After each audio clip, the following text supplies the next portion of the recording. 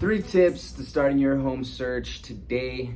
Hi guys, my name is Kiki Salcido. I'm with K2 at Simply Real Estate, your premier real estate team out here in Albuquerque, New Mexico. If you're looking to buy or sell, give us a call. What I want to talk to you guys about is three of the biggest tips I can give you whenever you're starting your home search. And those 3 tips are: 1, find a lender; 2, find an agent; and 3, find a place where you're gonna get those listings, right? So first and foremost, finding a lender. Now, why is finding a lender so very, very, very important whenever you're starting your home search? In fact, you shouldn't even start your home search without talking to a lender first, unless you're doing cash. Now, it's a little bit different. But if you're going through financing, you definitely want to talk to a lender, and here's why. More often than not, we see people that have not been qualified. They go out and they just pick a price point that they want to start looking in, and they fall in love with the house only to find out that they either qualify for a lot less, or maybe they qualify for a bit more and they want to look at some different houses. Now, for the people that qualify for less, the hardest part of that is, there's a reason why those houses are up at those higher price points. So for the most part, they end up just getting discouraged because they're not finding a $500,000 price house, or the $500,000 house at the $250,000 price point that they're qualified for. So first and foremost, it's important to talk to a lender so you're shopping in the right range.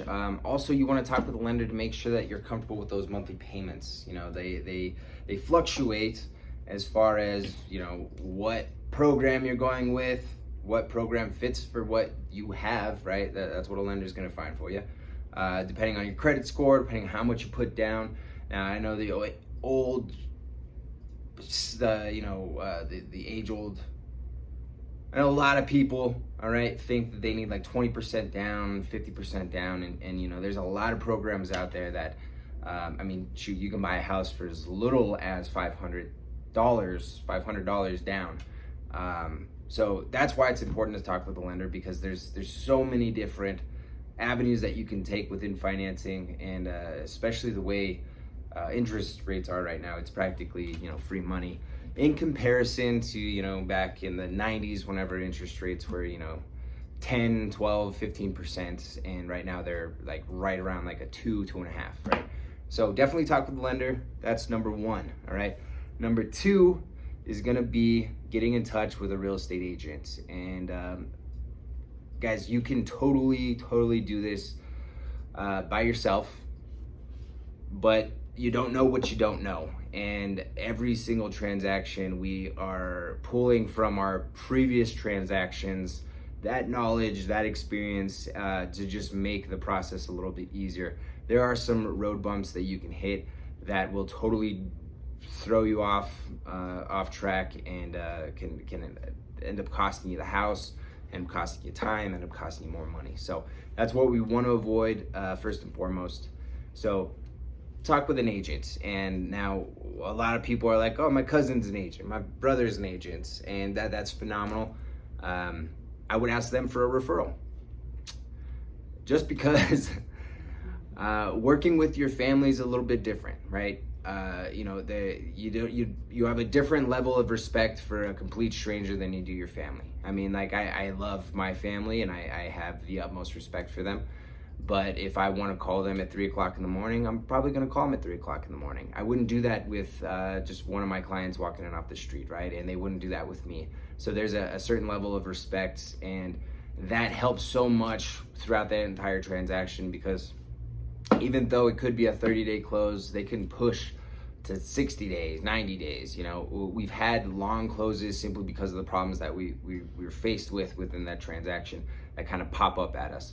And with certain levels of stress, people handle that differently. And one thing I want you to avoid is just straining a relationship that doesn't need to be strained, right? If you want to go to Thanksgiving and have a beautiful Thanksgiving dinner and not feel weird about your transactions, then just ask for a referral, guys. Honestly, they can be involved. They can give you, hey, I know this guy, he does this really well.